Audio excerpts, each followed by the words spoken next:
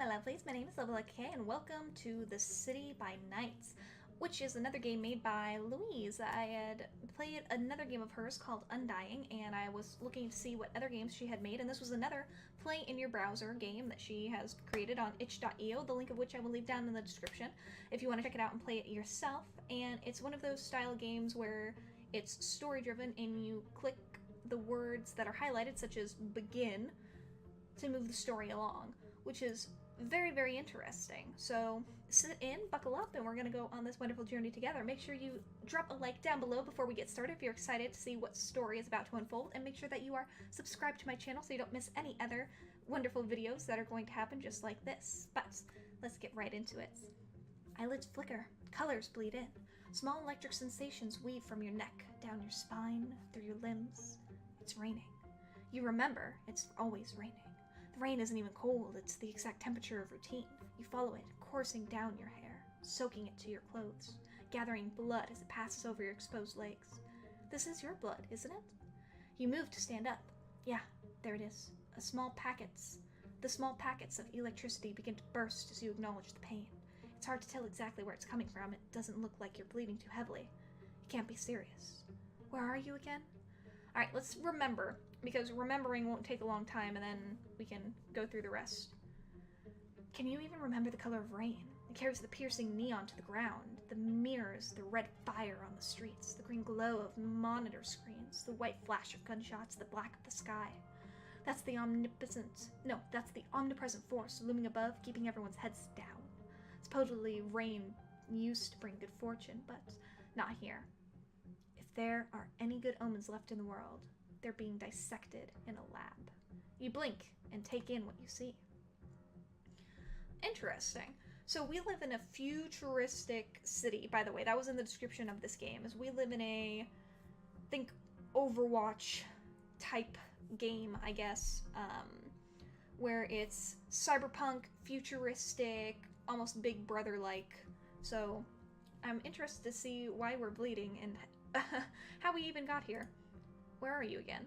It's nighttime, of course. Streetlights shimmer in the distance as you look ahead, look up, and the buildings stretch out into the sky. They're menacing, angular, definitely not the old ward. Hey, that was from Undying. We were from the old ward. Huh, I wonder if these games are interconnected somehow. These were built only with efficiency in mind. Perhaps you should look around. By the roadside, there's a canopy. You can at least get out of the rain. Well, looking ahead and up won't really mess up these two options, I think. So let's look up real quick. They're definitely not the tallest buildings you've seen. At least you can still see the sky. That's a good thing. It definitely gets worse the closer to the center you are. More buildings means more people, which means more problems.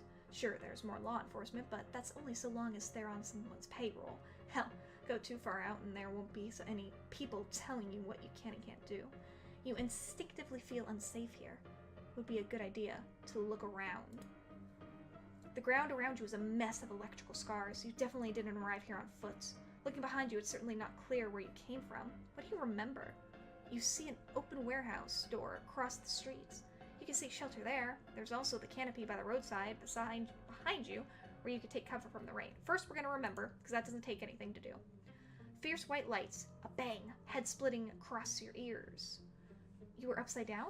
No, you were just facing backward, but everywhere was going in reverse. You were stretched out. You could hear the electricity, taste the static. Now you're upside down. Or perhaps everything else is, and you're the same way up? Everything goes black. You're on the street again.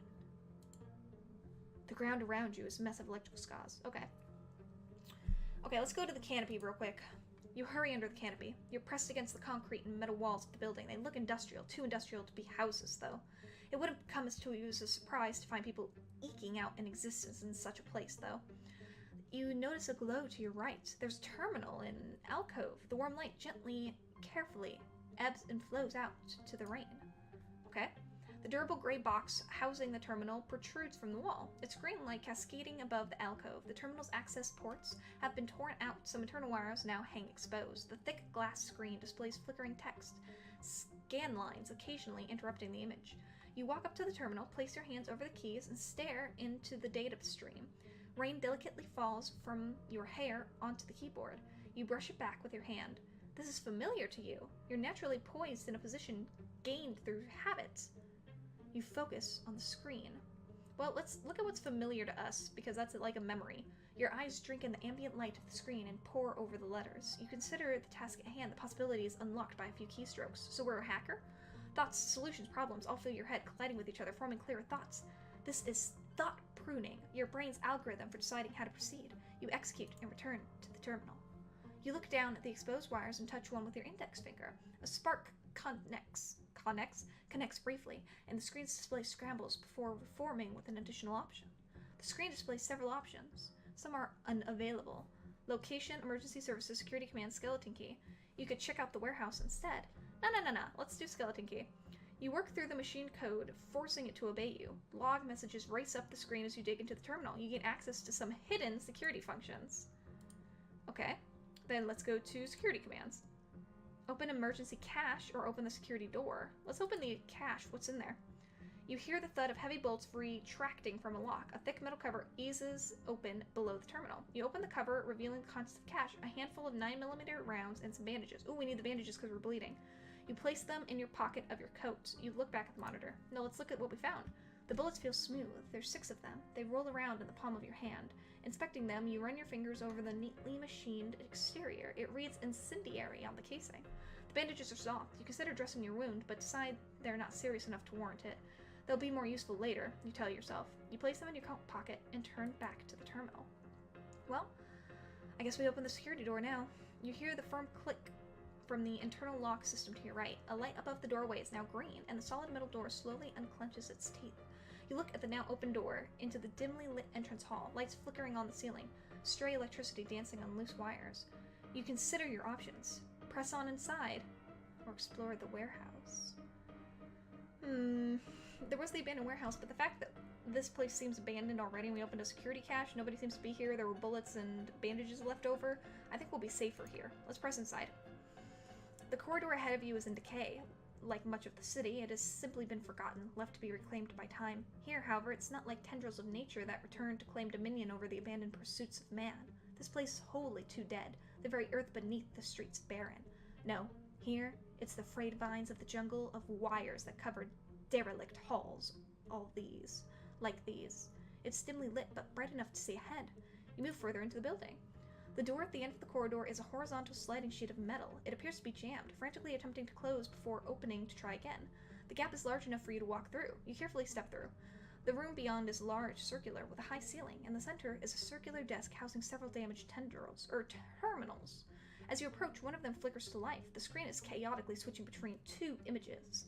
You can make out something conventional text, a welcome message, and a list of general options, but it's fighting with a scrolling list of console options. They look like behavioral commands.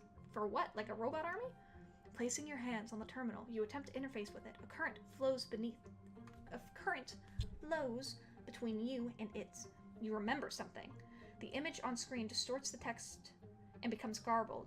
Random characters before you feel a shock race through your body. You snap your hands away from the screen and it returns to its old malfunctioning self. You hear a crash. As you turn around, you notice the jamming door you entered through has closed. You look around the room. There are no obvious exits you can see. As you walk around inspecting the room, you hear faint noises coming from the adjoining room.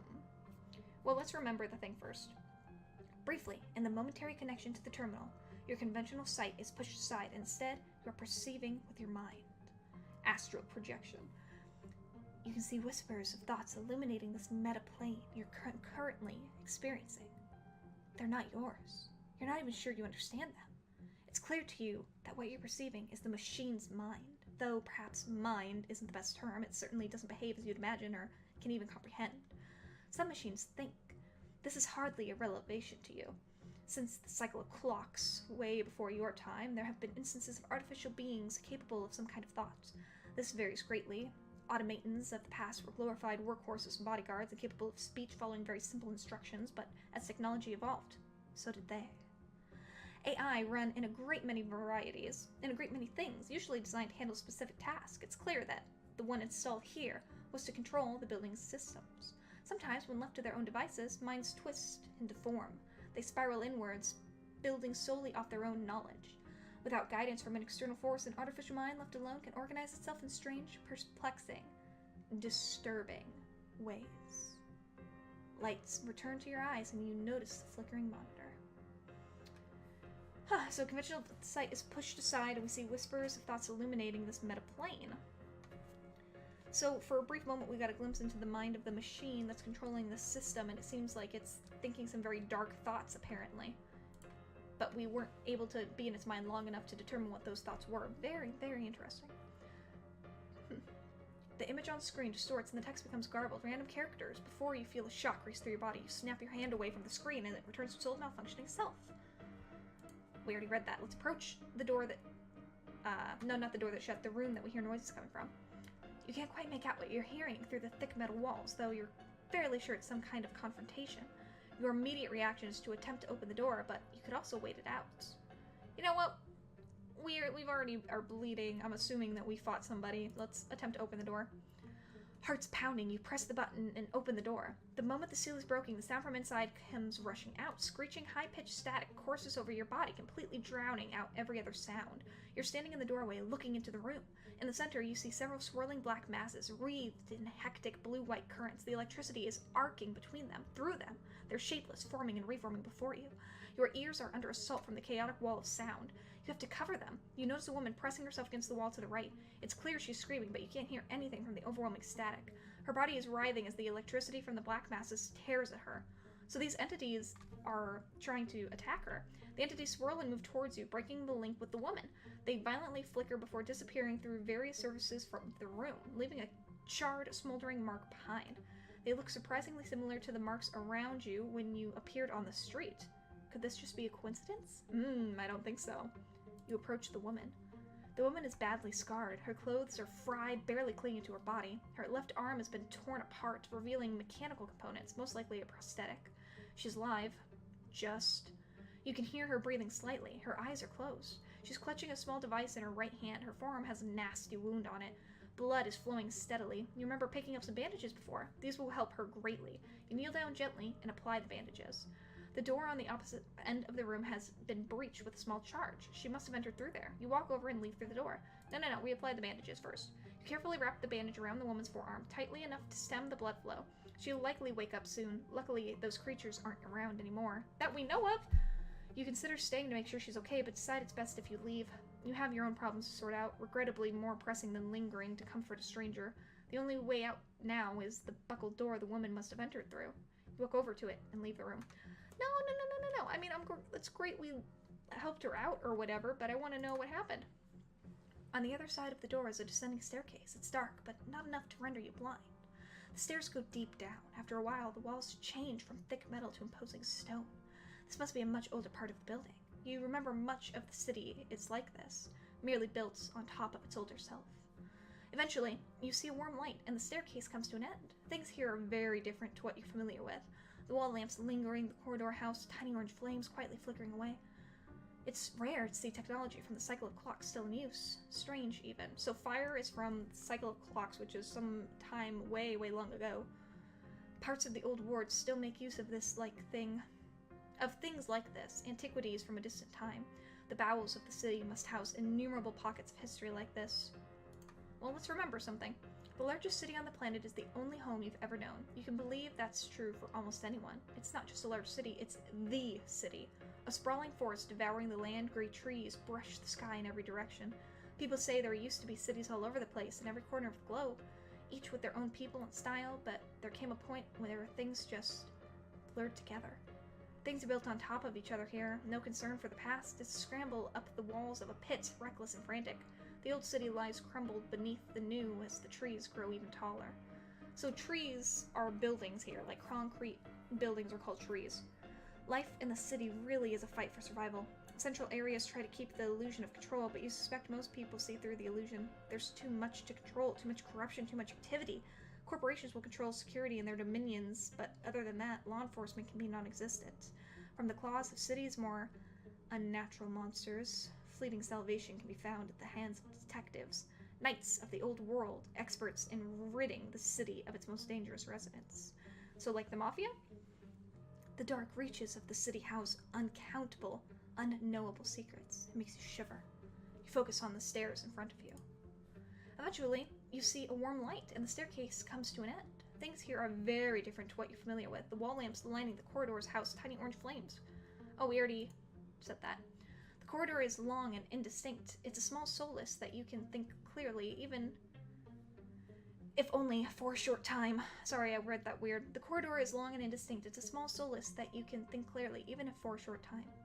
In the quiet, you realize you haven't stopped to consider what you're doing yet. Where you're going, it's all been an automatic reaction so far, a force of habit, survival, instinct. Your hands run along the old stone of the wall. They're slightly damp. You wonder what this place used to be. Where are you? You hope it leads back outside, somewhere more inhabited, where you can lie low and work things out. The corridor comes to an end and forms the mouth of a large open room lit by dozens of lamps.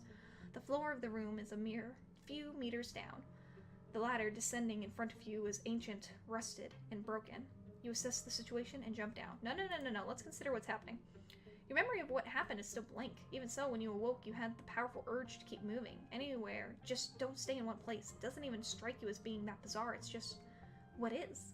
Feels like rational behavior, even if you can't decide why. It's clear you are escaping from somewhere, but exactly where eludes you. The only thing you'll recall prior to arriving on the streets is an incomprehensible vignette of scrambled images. Nothing that could shed light on this situation. You hope answers will reveal themselves to you soon. The creeping unknowing is nibbling at you with its small, sharp teeth. Parts of your older memories are faded too. You can't remember your name or what you do or even what year it is. That worries you. You're confident you know who you are. Your sense of self familiar, comfortable to you as you'd expect, and yet, of all the twisted and terrifying phenomena that creep out of the woodwork of the city, you still find yourself surprised by just how strange the world can be. You tell yourself that must be a rational explanation for what's happened, what you're feeling. You have to tell yourself that. Something does feel strange, though. You can't put your finger on it. Something's slightly out of place, like you're in a dream and some of the details are wrong. It's uncomfortable. In the pit of your stomach, you're worrying about the unknown, poring over the details, desperately trying to wring any drops of knowledge from the dry rags. It's no use. Gleaning on any more information is pretty unlikely without more substantial answers. The only path available to you lies ahead. It's time to focus on that. Alright, well I guess we jump down. The room is cavernous and imposing. The dome ceiling is dozens of meters high, lamps dotted all around. Suspended by chains from the center of the ceiling is a large glass ball filled with the vibrant flame, faintly changing color between shades of blue and purple. You've heard about these, an arcane flame, if you remember correctly. Something about a flame that burns forever. It's a bewitching sight. The room is packed full of old technology from the cycle of clocks. It's a veritable display of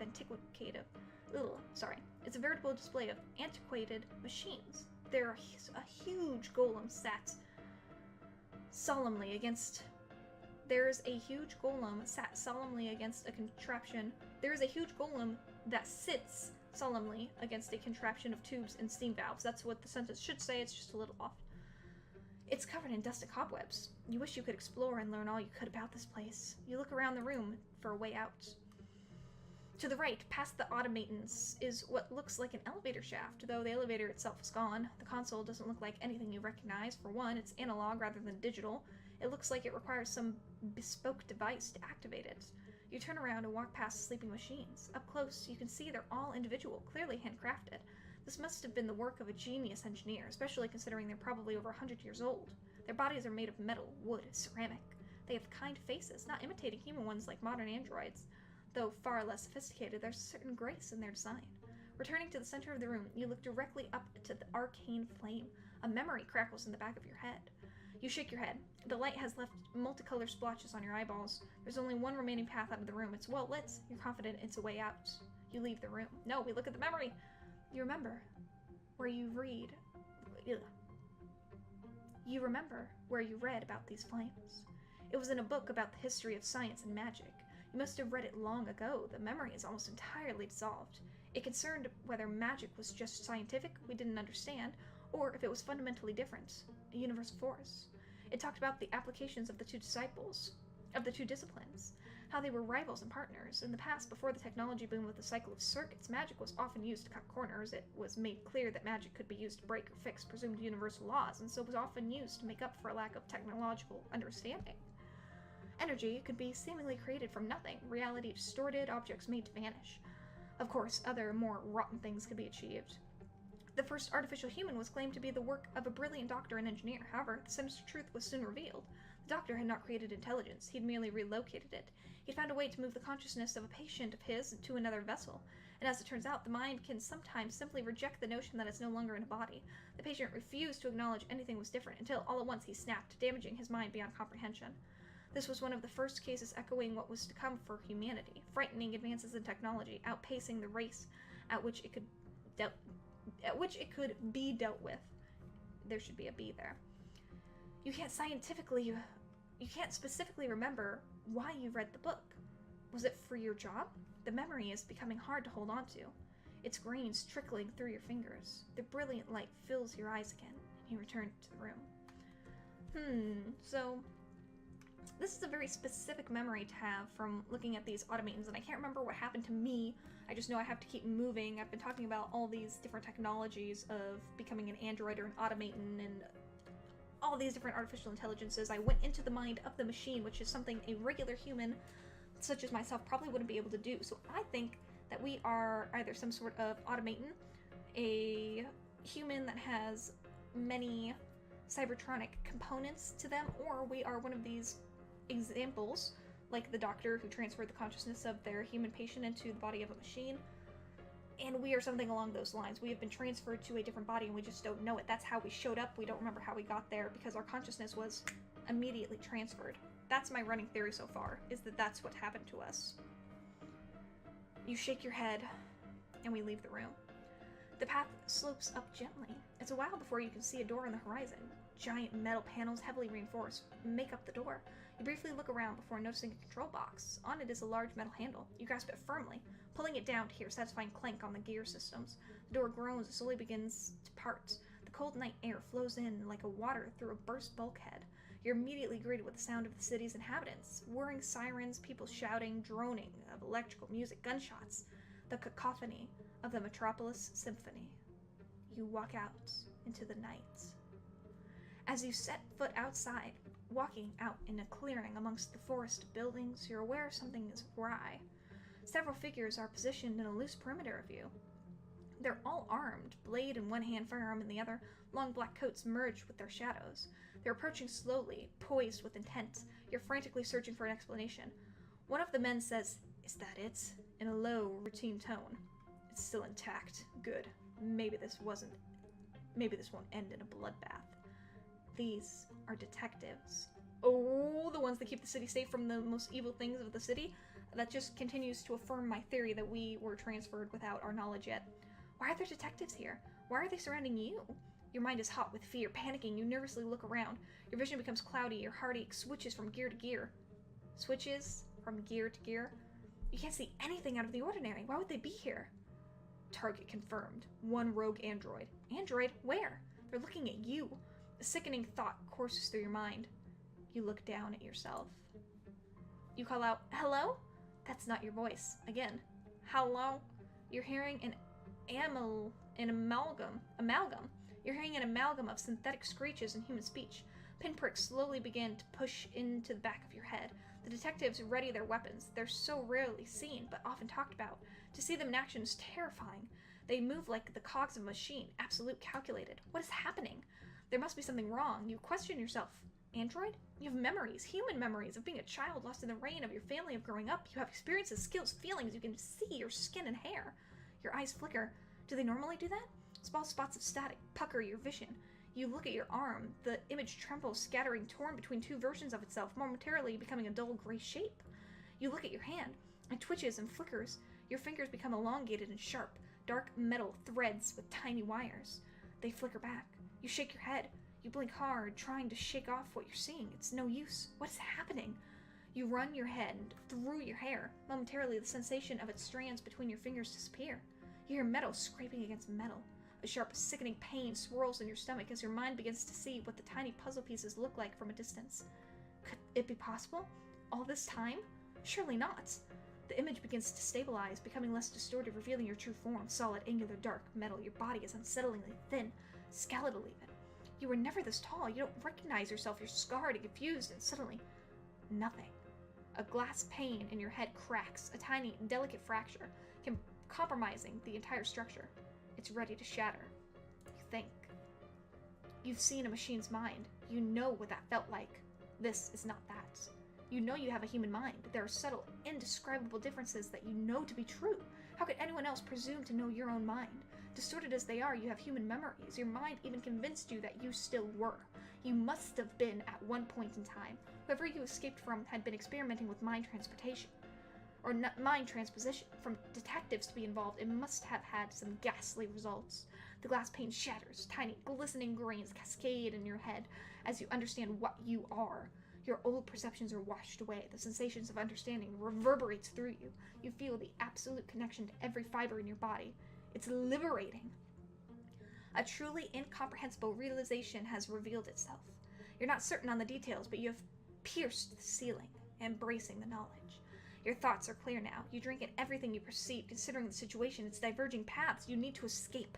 You're not risking your own life, whatever form it's in now. Not after everything you've been through. You'll be hunted for sure, but you can prepare for that. You're going to be pursued no matter what. At least if you can escape, you can prepare. Understand just how to control this power you have. You realize this body is vastly different from what you were convinced it was. It's a monstrosity in and of itself.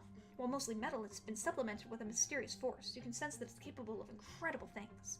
You feel a familiar sensation flowing from the recesses of this new vessel. It's clear to you now how you suddenly appeared on the streets. You doubt you had any control of the first time you teleported. It must have been merely a reaction under pressure. The people you escaped from were definitely not expecting it. You know how to harness that power. You can use it to get away from here. You focus and tap into the source of your power. A dark miasma flows from your body, drawing you in, engulfing you in a crackling electrical cloud. Your vision turns to darkness and you hear the quiet echoes of gunshots, the reactions of the detectives as you disappear. You're thrown around and then notice an image coming into focus. An empty street begins to flicker and materialize in front of you. As you phase into existence, you breathe heavily. Looking around, you notice the ground is scorched with a familiar root-like scars. You don't know where you are, but it's far away. You made sure of that. The next time you encounter something, anything that threatens you, you'll be prepared. You never asked for this, but you're so determined to make those who stole your humanity pay for everything they've done. If that means embracing the very thing they made you to achieve, then so be it. Slowly, with renewed passion and deep vengeance, you stand up and walk off into the night. Thank you for playing. Hope you enjoyed. L. Louise. Oh my god, that was an amazing story. I don't know how much different it would have been if I had picked some of the other options, but I really liked it, and I was kind of getting a feeling as I was going through the story that I was in Android automaton kind of type thing. I mean, it was kind of peppering hints and stuff at that throughout the entire story, but it was still really, really well done. And the details that they put into it, and the fact that there were so many choices, you didn't have to click on the remember parts that just gave you more bits of lore and story and whatnot and made you get deeper into the mind of the person you were playing as. And that could be taken as a chapter 1. So if this person, Louise Thorpe, whatever her other last name was, decides to make more of these, I could see this being a really solid first chapter and going into a full-on story or visual novel. So I really hope she continues this, and if she is listening, then definitely continue this, because I really enjoyed it, and I think a lot of other people will too if you decide to pursue this type of style of game. But without taking up any more else time, I hope you enjoyed the video. Make sure to drop a like down below if you liked it, subscribe to my channel for more content just like this, and without taking up any more else time, I will go ahead and let you beautiful people go. Goodbye, my lovelies. 3, 2, 1, go!